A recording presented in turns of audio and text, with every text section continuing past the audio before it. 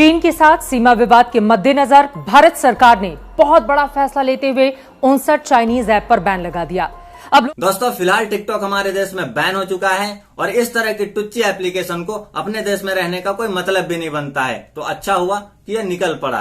लेकिन दोस्तों हमारे देश के कुछ न्यूज चैनल्स और साथ ही में कुछ लोग इस न्यूज को इस तरीके से बता रहे हैं, इस तरीके से दिखा रहे हैं जैसे कि हमने चाइना से अपना बदला ले लिया हो। और इससे बड़ा टुच्चापन है और इससे बड़ी बेशर्मी की बात और कुछ भी नहीं हो सकती कि हम अपने वीर जवानों को जो शहीद हो चुके हैं उनको हम कुछ टुच्चे मुच्चे एप्लीकेशनों से कंपेयर करें। ये तो वही वाली बात हो गई कि तुम हमारे देश का मैप बदलो, हम तुम्हारे देश का ऐप बदल देंगे। लेकिन दोस्तों ऐसा क्यों लग रहा है कि टिकटॉक अपनी सफाई देके वापिस आ सकता है? हालांकि ये आना नहीं चाहिए। अगर एक बारी बैन हो गया है तो इसको बैन ही रखना चाहिए। लेकिन दोस्तों ऐसा मैं क्यों बोल रहा हूं? क्योंकि टिकटॉक ने जो ट्वीट करके दिखाया है अपने ऑफिशियल टिकटॉक अकाउंट से, आइए उसको पढ़ते हैं हिंदी में कि आखिर उसमें लिखा क्या है। स्क्रीनशॉट आपके स्क्रीन पर मौजूद है, यहाँ पे देखिए क्या लिखा हुआ है।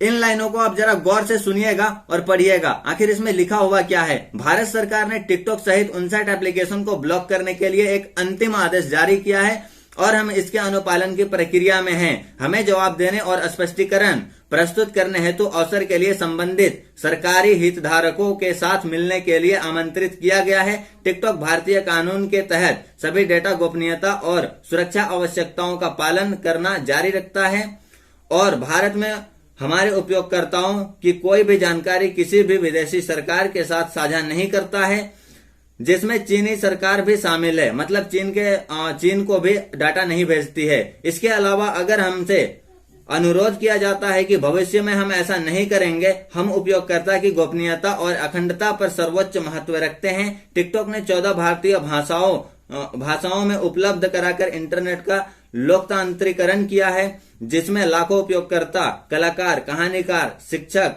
और कलाकार अपनी आजीविका के लिए निर्भर रहते हैं, जिनमें से कई पहली बार इंटरनेट उपयोग करता है। निखिल गांधी टिकटॉक का प्रमुख जो इंडिया के हैं। अब दोस्तों जरा आप ये न्यूज देखिए आज तक चैनल का। वैसे ये जो भारत सरकार का फैसला है ये अभी सिर्फ अंतरिम है। समिति तय करेगी कि प्रतिबंध रखा जाए या हटा दिया जाए।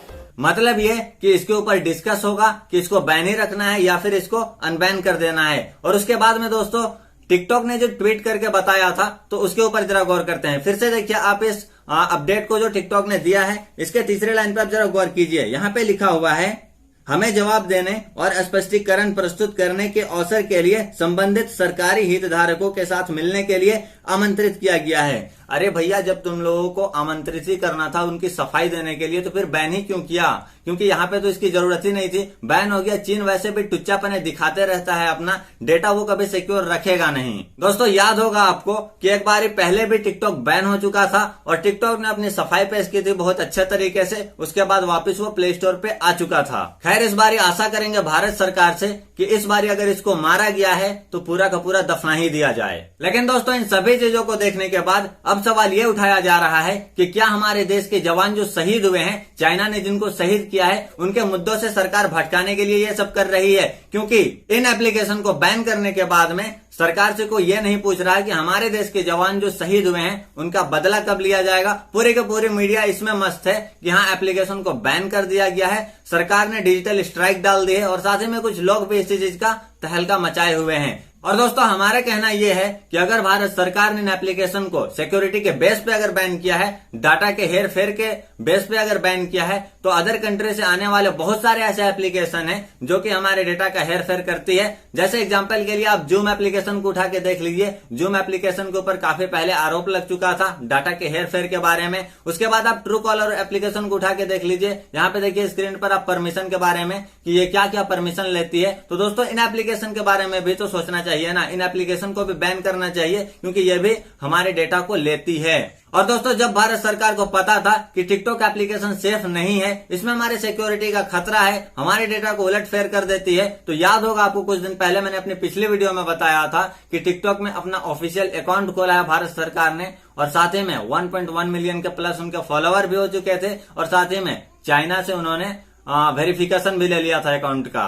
दोस्तों ये तो हो गई सिक्योरिटी के बेस पे बात, लेकिन कुछ लोगों का यह भी कहना है कि जो 59 एप्लीकेशन को बैन किया गया है इंडिया में, इससे चाइना को बहुत बड़ा प्रॉफिट जाता था और अब कहीं ना कहीं उसको बहुत बड़ा लॉस होने वाला है। दोस्तों याद रहे यहाँ पे सिर्फ और सिर्फ हम एप्लीकेशन के मार्केट के बारे में बात कर रहे हैं, जो चाइना का एप्लीकेशन यहाँ पे चल रहा था। अभी तो फिलहाल के लिए बैन हो चुका है, लेकिन दोस्तों अगर पूरे चाइना के प्रोडक्ट के बारे में बात करें कि कितना प्रोडक्ट आता था वहां से और कितना प्रोडक्ट इंडिया से चाइना जाता था, ऐसा नहीं है कि हम सिर्फ लेते थे बल्कि हम देते भी थे। और दोनों तरफ से अगर हम चाइना के प्रोडक्ट को बाइकआउट करेंगे तो सिंपल सी बात है, चाइना भी हमारे प्रोडक्ट को बाइकआउट करेगा। लेकिन अगर हम पूरे के पूरे चाइना के प्रोडक्ट को बाइकआउट कर देते हैं तो चाइना को कितना % का लॉस हो सकता है, और साथ ही में अगर चाइना बाइकआउट करने पर आए और अगर अपने इंडिया के प्रोडक्ट को बाइकआउट कर दिया तो इंडिया को कितना लॉस हो सकता है, इसके ऊपर हमने एक ऑलरेडी वीडियो बना रखा है, तो उस वीडियो को आप जरूर से देख लीजिएगा आई बटन पे, और साथ ही में डिस्क्रिप्शन पे भी लिंक मिल जाएगा। लेकिन दोस्तों अब बात करते हैं चाइना को एप्लीकेशन के मार्केट से पैसा जाने के बारे में, जो कि इंडिया से जा रहा था। कुछ लोगों का यह कहना है कि इन एप्लीकेशन को बैन करने के बाद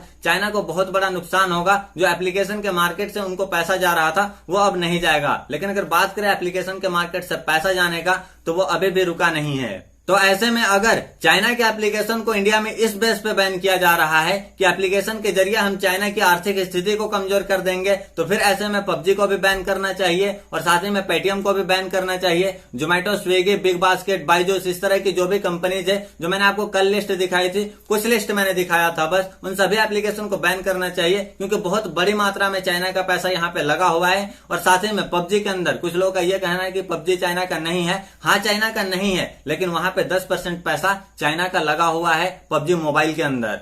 और पबजी की इनकम आपको पता ही है कि कितनी बड़ी मात्रा में पबजी की इनकम होती है, और वहां से अगर 10% पैसा भी चाइना को जा रहा है तो एक बहुत बड़ी मात्रा में चाइना को पैसा जा रहा है इंडिया से।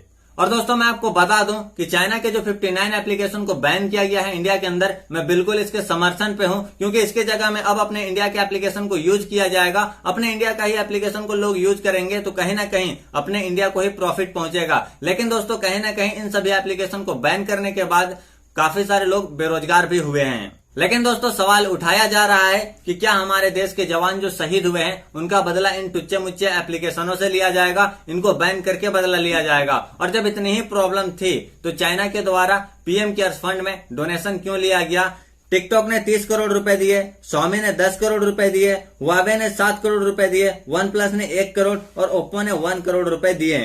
तो दोस्तों ये थी आज की वीडियो, और जिसने भी हमारी कल की वीडियो नहीं देखी है तो जाकर उस वीडियो को देख लीजिए। उस वीडियो में हमने बताया है कि किस तरह से चाइना अपने इंडिया की बड़ी बड़ी कंपनीज जैसे फ्लिपकार्ट, जोमेटो, पेटीएम, इस तरह की जो भी बड़ी कंपनीज है, इन सभी में चाइना का पैसा लगा हुआ है और चाइना को इन सभी से पैसा जा रहा है। और साथ ही में दोस्तों हमने उस वीडियो के अंदर एक रिपोर्ट भी दिखाया है कि किस तरीके से मोदी सरकार आने के बाद 2014 से 2019 तक में चाइना के जो इन्वेस्टर है, चाइना के द्वारा जो इंडिया में इन्वेस्ट किया जा रहा है, वो एकदम बूम से आगे बढ़ा है। तो जरूर से देखिएगा उस वीडियो को, और आज की वीडियो को हम यहीं पे खत्म करते हैं। मुझे उम्मीद है कि आप लोगों को वीडियो बहुत अच्छा लगा होगा, और प्लीज अगर वीडियो अच्छा लगा है तो वीडियो को लाइक कीजिएगा, कमेंट कीजिएगा वीडियो के नीचे, और साथ ही में वीडियो को शेयर भी कीजिएगा, और हमारे चैनल को सब्सक्राइब करके बेल आइकन को प्रेस कर लीजिएगा। तो मिलते हैं और भी इंटरेस्टिंग वीडियो के साथ में, तब तक के लिए goodbye and thanks for watching.